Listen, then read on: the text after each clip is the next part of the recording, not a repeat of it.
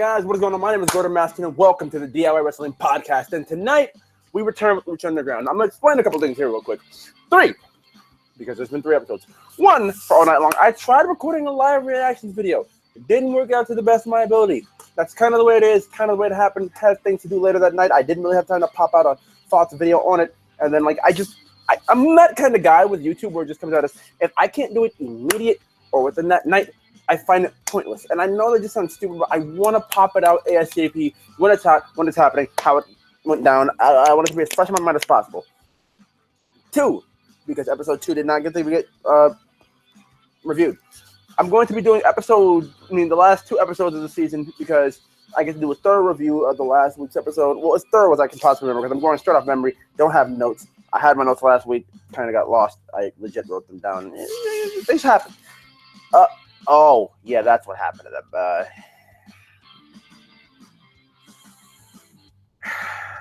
I had a friend come over. He sat in this area, kind of accidentally ripped them up because he thought it was just some regular, ordinary blank piece of paper I had over here. Didn't really see I had anything written down on. He picked it up from the blank end and just ripped it up. I'm like, those were my notes for Lucha Underground. What the hell are you doing?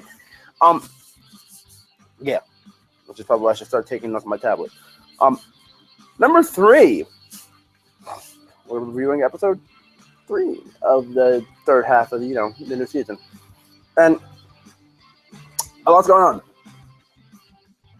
So with that being said, we're gonna jump in to the Lucha Underground reviews for the 7th of last week and the 14th, which is tonight.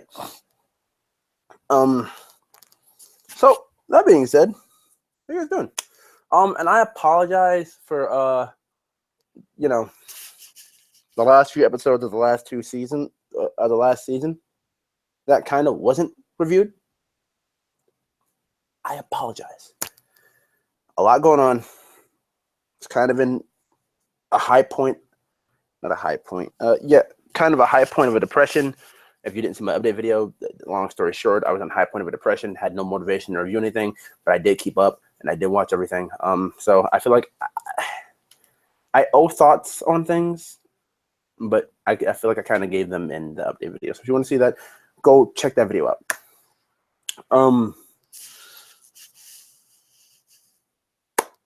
Let's go back to last week. And I feel like that kind of takes us back to All Night Long. So All Night Long, Mundo Mac ended in a tie because Mundo got the advantage. A bunch of shenanigans happened. And then Mac came back, which started the chant of the crowd, hence return of the Mac, return, that's the thing. Mac jumped off the ladder, 1, 2, and then the bell rung, and then, Dario comes out, no ties in my temple, we're not finishing this tonight, we'll finish it next week, even if it takes all night long. 1 fall to a finish, sudden death. So, okay, cool. So you could definitely say Johnny Mundo may be able to win this. Johnny Mundo, while it was 1 fall to a finish, sudden death, Dario said, so we will have, no cheap bullshit that happens, basically. It's basically they're going to a false count anywhere match. So Mundo basically went to the sunset flip over the top rope into the chairs for the finish, 1, 2, 3. And beats the Mac. It was a pretty entertaining match the whole way through. Mac basically throwing Mundo into the chairs, Mundo running from Mac like he was some kind of wildebeest, and then doing the whole parkour flip on the Mac, which is just, oh, God. Johnny Mundo is, 37, 38 years old, and this man is literally doing the best. Like, people talk about how good AJ Styles is.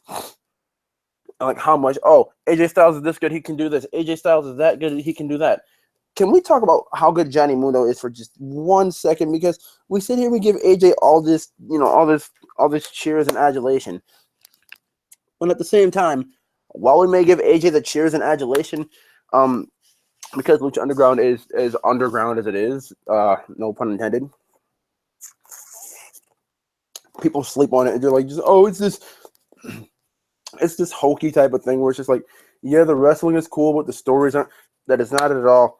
And that's a whole nother rant for a whole nother situation. My point is Johnny Mundo. Johnny Mundo, on the other hand, is like, he's a couple years younger than AJ Styles, but he still is in peak condition. I'm not going to say peak condition, but he's still very, very high condition. He's not as young as he was, but he can still do almost as much as he did back when he was like stupid young and stupid athletic. He still is stupid athletic. My point being, Johnny Mundo, for as old as he is, performs like he's 8 years old when he's 38. Like, the Father Time has not hit Mundo, and he's performing at the peak of his peak performance is what I'm trying to say. I can't get my sentences out. I can't get my words out. I can't get my thoughts out because Johnny Mundo has been that damn good. And that's not to discredit the Mac. What I'm saying is I believe the Mac is younger than Johnny Mundo, but Johnny Mundo is just on a whole nother level right now. I feel like, this is not to discredit the Mac. Johnny Mundo is up here. The Mac is like right here. And I feel like since Johnny Mundo has been in Lucha Underground, I feel like he was like right here and Mac was right here, right? Like they were on like semi-level playing fields. Then Mundo just kept rising. Trios champion, Lucha Underground champion. And then there was like this big of a gap. I honestly feel like they made Mundo so like, if we're gonna go over the Lucha Underground champions real quick, Prince Puma. Yeah, he was your standard. Like he was a good starting point for Lucha Underground champions. Like Puma was amazing, honestly. For the little bit of stuff he was doing, he was like that. I'm not gonna say white. Yeah, let's say he was about white meat babyface, knight in shining armor type of babyface who you can get behind, who will always put on a solid match no matter what, even if the opponent isn't like that good. Like Big Rick. He was old. He was older, and they basically made him like a powerhouse who just basically threw you around, and you had to beat his power with speed. And Puma found a way to do that with speed, striking ability, and that 630. They always found like they made the big. My point about Big Rick was with Puma and Mundo, they made Big Rick stuff as entertaining as they possibly could, and they found a way to really show his strong points, and it looked really good with the whole crew situation. But Puma was a really good champion. And then they stepped it up with Mil Muertes, where they did the whole throne thing. Katrina was running the temple for the small time that she was. And then Phoenix beat him. Phoenix, while I feel like his championship reign, it meant something when he won it, I feel like a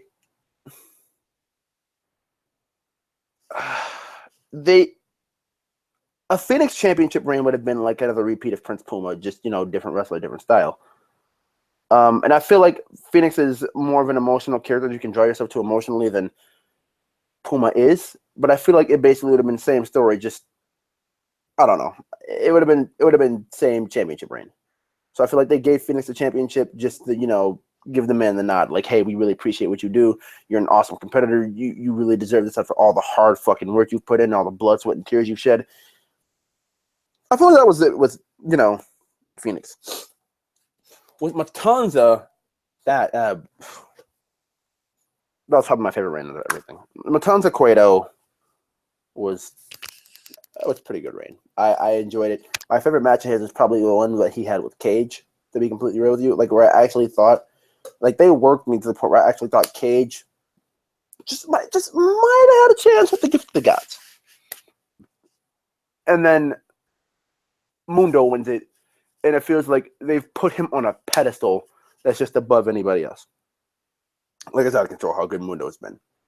And like I said, people talk about how good AJ Styles is. I think Johnny Mundo, 2017, I think 2016 too, could have went with being said, Johnny Mundo, most underrated wrestler of 2016 and 2017. As far as it goes right now, we're at the halfway point of 2017. And I still don't feel like enough people talk about Johnny Mundo, even with the championships he's winning outside of Lucha Underground. I think he has like 3 other championships going right now, and they're like the top championships of the promotions, which is fucking wild in and of itself. Also, side news, apparently on the Worldwide Underground, Jack Evans is injured. So yeah, there's that. But we're gonna get to the second episode of the season. I'm sorry, I had to get a little bit of that out. But yeah, like I said, Mundo, the second episode after the mid-season finale return. Mundo goes on to win, right? So then, I believe the next thing we got was I'm trying to remember the segments with Dario in them too. Oh yeah, this is a huge one. Dario has a big announcement to make, and it concerns another big thing he's done. Like, he created the Battle of the Bulls, he created the For You Unique Opportunity, give to the guys, stuff like that. And he talks about all the huge successes in Lucha Underground. And wait, give me 1 second, people. All the huge successes in Lucha Underground, and then he goes on to bring up his new invention. His new invention is called the Cueto Cup. This is going to be a tournament of 32 men. On the Lucha Underground roster, I believe. I really wish after tonight, because I didn't know until I went and watched John and Ashton's video that they had a bracket up, and I wish I could have filled out a bracket, but I guess it's too late now. If not, then I would like to go fill out a bracket, and if I get it right, I'm not going to take 100% credit for that, because the matches have already happened, and I can only go from such a point. Or if they have updated it and they're like, oh, here's a bracket from these guys being out, pick from there. I'm gonna work my way through. Point being, like, if it like was filled out completely still, then I wouldn't take any credit for anything, because I don't, Well, I could take credit, but like not full credit, because the tournament already started. But after tonight, you never know. It was 3 matches. You never really. Well, 4, I believe. Yeah, 4. 4. But he announces the Cueto Cup, which is you win and you get the cup, and I guess you're like the best luchador in the temple or whatever, but you also get the main event of Ultima Lucha 3 versus either Johnny Mundo or his opponent, who was the first man to beat Matanza and put Matanza through the roof of the temple, which just goes to show how much respect Dario has, because, usually he'd throw Matanza back out there, but apparently he locked Matanza back up, and he's just like, I'm ashamed of you, da-da-da-da. But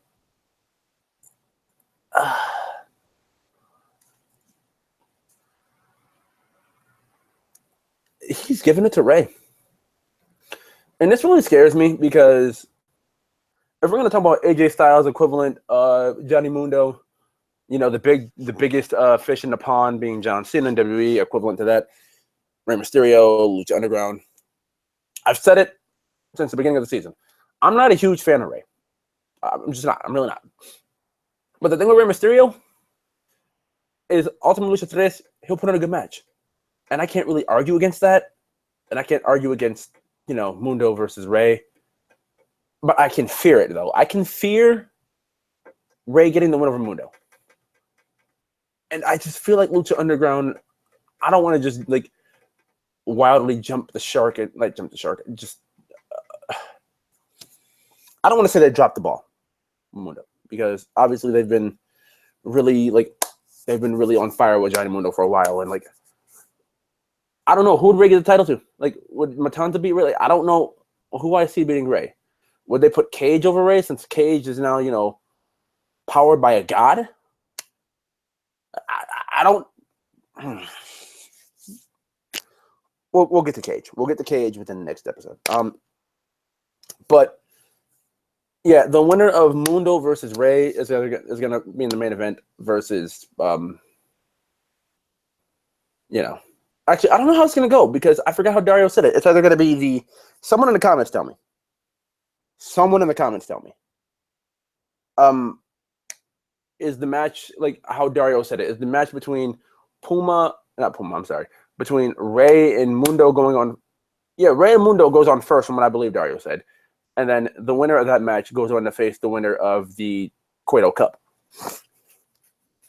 So that's how that's going to work. And up next, we had Trios Championship match, which was Vibra, Pindar, and what we think is Cobra Moon, who never tagged into the match, versus Drago, Phoenix, and Aerostar, who are the Trios champions, who are like the Marvel characters of Lucha Underground, honestly. Because they honestly look like it. With their own form of Marvel characters. Even though I'm pretty sure you can honestly make comics out of Aerostar. You can make comics out of any of them, honestly. And speaking of comics, you can go check out the Lucha Underground comics. But this is where things get a little for me right now, because not per se. This is honestly cool, but it's just like, I don't know. Okay, I like the whole thing Cobra Moon has going right now. Like, I feel like, and I don't know, maybe it's just because like I'm such accustomed to the way WWE does things, but I feel like with Johnny Mundo being on top of the temple and everything, I feel like this whole Cobra Moon thing should be bigger, right? Like, okay, I'll explain through the match. It was a pretty entertaining match. Vibra and Pindar. These dudes are destructive. Okay, let's just put it that way. They went on to win, but the thing is, Drago eventually betrayed Aerostar and Phoenix, and because Cobra Moon never tagged in, Drago went over to the other corner and tagged in. And I don't think, Drago wasn't in the match either, so he went over to the other corner, tagged in, and Drago now, since Vibra and Pindar won, is going to be the first ever man to go from starting the match on one trio to another and retaining / losing his Lucha Underground championship, his tag team championships. He just legit traded in partners. And then after that, Cobra Moon collars him. And she asserts her dominance as the leader of the tribe. Not the tribe, but the leader of the faction. Which honestly feels like the reptile-ish snake. I'll go with the reptile tribe because, that's what fits them best. And they're the new trios champions. And this is what I'm going to say. Like, I feel like Cobra Moon is a snake. Like, she's doing a good job as a leader, right? Like, don't get me wrong. She's really doing a good job. But I feel like Lucha Underground, like, they know when they need to make something big. Like, when they need to make something big. Because during Matanza's time as champion, you know how good Worldwide Underground was as tag team champions. You know, like, they made that feel big. They made them feel important. I feel like, and I've seen stuff where, like, the top guys in Lucha Underground posting stuff like all Hail Your Queen and stuff like that with Cobra Moon and her whole setup and her lair or whatever she has. Like, I think it's a lair. And honestly, I feel like they haven't done enough to make this important enough. Because, like, I really care. I do. But, like, I feel like I should care more. Like, this is cool and love. Like, I feel like I should care more. And I feel like they should be getting more attention than they do. I guess we need to see that. I guess we need to see them more to understand. Because at this point, I just don't. Okay. I'm going on a tangent. I understand it. I get it. I just feel like there needs to be more to it. Like, Cobra Moon talked about Lord Pindar for a while. She talked about Vibra for a while. Like, she talked about all these things. They came in, they wrecked, they took Drago, they captured him, they did all that, right? But here's the thing, dude. I don't feel like it's enough. I really don't. I feel like they need some, some main event time, maybe some bigger, better match. Like, I don't know. It's just starting, right? So, like, I'm being too critical, I feel. Maybe I'm being too critical because it just started. And yes, they're trios champions right now, but I feel like over time, this needs to feel more important to me because I just feel like we have 3 trios champions who are dominant and led by a really hot snake who is pretty. This looks like a dominant 3-male with 3 submissive reptiles, honestly. I don't really know how else to put it at this point. But, like,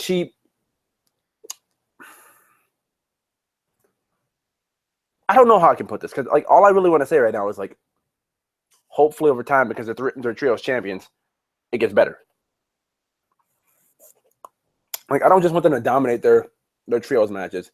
I want them to win their trios matches, not look weak, but still show at the very end of the match they're not anything to fuck with, right? That's what I want, right? And Lucha Underground, where it looks like because if you notice for parts of this season, it doesn't look like they've really worked on the trios division. I only feel like the only challengers left are Aerostar, Phoenix, and insert guy here. So I don't really know. Maybe no, not even that, because we have. We'll talk about him in a second. That being Prince Puma, because up next, unless I'm mistaken, I'm forgetting a cinematic. Oh, I'd be really mistaken to forget this one. Johnny Mundo is in the back with Taya, and he's wearing a towel. And then Taya's like, "Hey, babe, I have something to tell you about." What? By the way, congratulations to Johnny Mundo and Taya on their engagement. By the way, talking about a banner year from Mundo. I have something to tell you. He's like, "What would that be?" At Ultima Lucha today, you're facing Rey Mysterio, and then whoever wins that match, you're facing the guy who wins Dario's new Battle of the Bulls, wins Dario's new Cueto Cup thing where he has 32 luchadors, and 32 luchador single elimination tournament. And Johnny was like, "Oh, he's like, we need to go to my dojo. We need to go to my dojo. I haven't prepared for this." And he tells Ricky Mandel, I think he told him like to go get his keys or something like that to his car or whatever. Because he's like, I didn't need the kid to see me shaking. Because Ricky Mandel, if you haven't known, if you didn't know, joined the Worldwide Underground, which is the segment where he's like, like PJ's hurt, this is that, it's this way, it's that way, yeah. And from there, hold on one second, guys. I'm so sorry. I'm so sorry.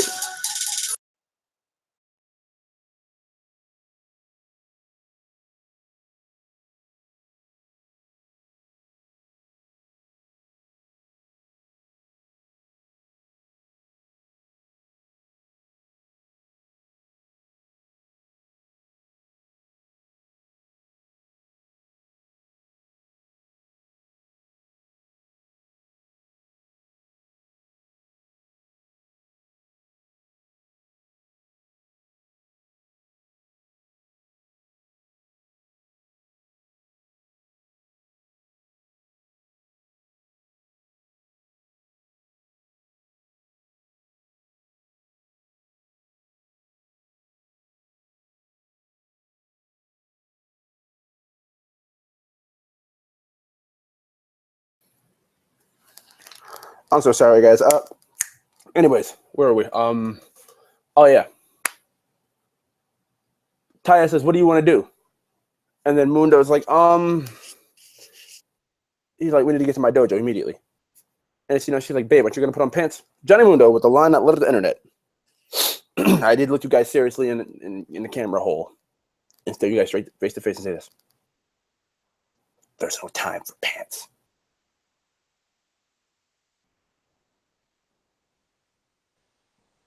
There's no time for pants. As this man standing there with the towel, just a towel, right? Just a towel on. There's no time for pants. I'm sorry. No, he never said there's no time for pants. He's like, no time for pants. Just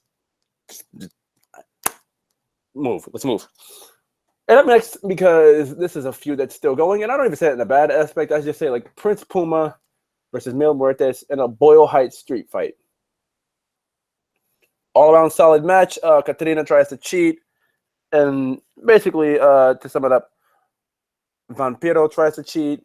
Well, he does basically for Puma, helps Puma out, and he shatters a stone over Mil's head for the win. 1, 2, 3. Well, I think he hit a 630 after that. I don't really quite remember, but Puma with the win. So all around a solid episode, and I guess we're gonna move into tonight's, which is the first few matches of the Cueto Cup. I think it was Sinestro. Oh, I said Sinestro. No. The first match we got here, I believe, was the Mac versus I can't remember. It was one of the guys out of the Rabbit Tribe. It was basically one of the guys out of the Rabbit Tribe. And afterward, it was a solid match overall. No problems with this. And then Mac gets the win with the stunner. I honestly wish, like, I understand, like, Mac's on his road to redemption, and they can go a couple ways with this, like, make him get really close and just lose again. Like, I honestly, I feel like we need a. I feel like Mac as a face. I'm not going to say it isn't working because the believers are obviously behind him, but I feel like Mac as a face, for me personally, just isn't working. I feel like we need that Mac heel turn, honestly, because I feel like he'd be such a badass, just like I don't give a fuck type of badass with like a heel turn. Like he just like Sexy Star can like say it's Mac versus Sexy Star at some point in this tournament, right? And they can still do it, right? I haven't seen the fallen bracket yet, but if I do and it's possible, I want Mac versus Sexy Star. Sexy Star beats Mac, right? And then Mac gets sick of her shit, just goes and smacks her in the head, unprotected chair shots her, gets her up and stunners her first. She gets up at some point, unprotected headshot from Mac, and Mac just keeps beating the shit out of Sexy Star with the chair. And it'd just be incredible. Just absolutely incredible, okay? All right, so Mac gets the win. And I know this dude's name. Oh, God, it's going to really haunt me. You know, we're going to look this dude's name up. We're going to look him up. One of the dudes from the Rabbit Tribe.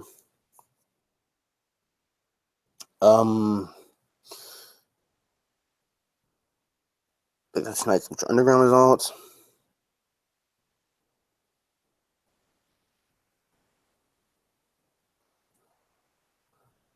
Okay. Either way, I'll look it up in a second. But basically, up next, we move on to Dario Cueto's office. And he's like, hey, nobody just barged into Dario Cueto's office. And he realizes it's Pentagon. What I'm saying has no meaning anymore because this man will literally break my fucking arm because he's been on the cusp of doing it a couple times. And I've kind of saved myself the words, I guess. Especially last season when he almost broke my arm until I promised him a title shot against my brother who basically broke his back. So he basically tells him, hey, you don't want to kill me when you can end up in the Battle of the Bulls tournament. Why do I keep saying Battle of the Bulls? When the Cueto Cup and win the Lucha Underground Championship. And then Pentagon lets him go, nah, you're speaking my language, you fucking prick. He didn't say it to him, but basically he let him go and just like, all right, okay. And he's like, he basically tells him, I can't remember like the exact, he's like, after I win the championship, maybe I'll be breaking your arm after that. Something around those standards.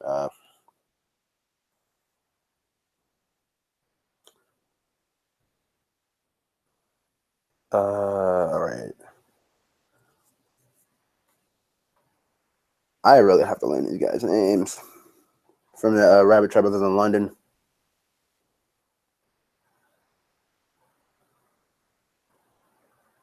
All right, this is not going to come up, especially me looking right now. All right, whatever. Tonight, what are we moving on to? Okay, because I just got so sidetracked there. I just not thinking of the dude's name because it's really gonna like haunt me, and I know it, and I'm scared. Like as soon as I go off camera, I'm like, oh, that was his name. Okay. But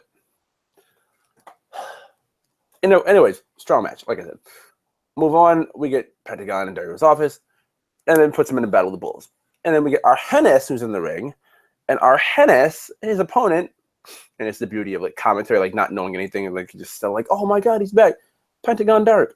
Pentagon commentary plays it like Argenis, you picked the wrong night to be, or you picked the wrong position to be in this place. Da-da-da-da. And Pentagon basically just about kills Argenis. Like it was I'm not gonna say kills him. It was a good back and forth match, but eventually Pentagon does get the win with the 3 up, 3 down package pile driver that he does. Settle miedo.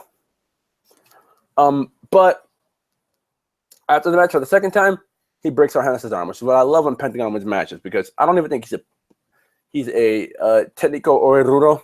It's just I'm Pentagon. I'm here to fuck shit up. I don't really give a fuck who you are. Even though if you were to have to put a label on it, I guess he comes off as Técnico. I guess. I get. Yeah, I guess he comes off as Técnico. So, anyways, we move on. And up next is Cage and Dario. And he basically gives him Delgado's card. Basically tells him, hey, he'd like to meet you, like, just shit like that. And he's like, I don't really work for anybody, just that kind of shit. Cage is embracing his new power. And Dario wants him to meet Delgado because Delgado wants to control this god, right? So I guess more to come on that later. Up next, we get Tejano versus Famous B. Famous B willing to lay down for Tejano, with his new Texas cowboy get up thing. I don't know. He wouldn't really he lay down for him. Tejano basically, nah, I'm not gonna win like that. Got him up, power bombed him, and then won like that. I guess the story here is his way to lure Tejano in is, hey, you know what, Brenda, 4-2-3 get fame, right? This is the way you go, right.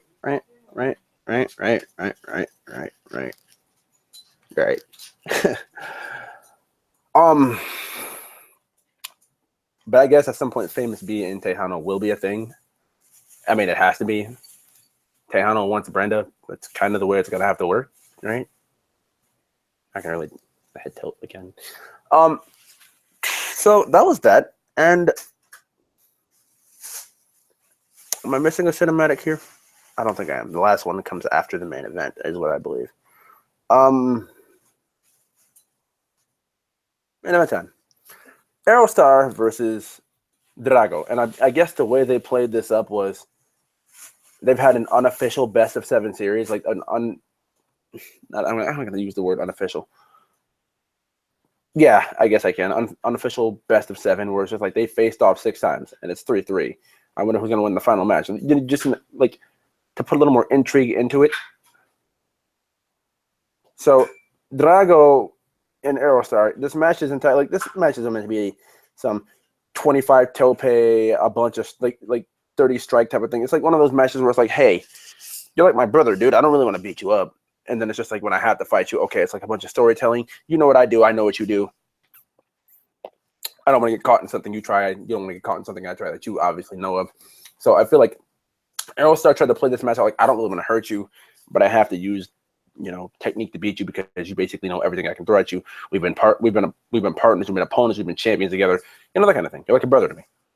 And I love the character progression they showed in Drago, where it's just like, I want to hit you. I mean, I don't want to hit you deep down, but I'm being controlled by this reptile woman, and I basically have to do what she says. Like, she has me under her control. She has me under her grasp.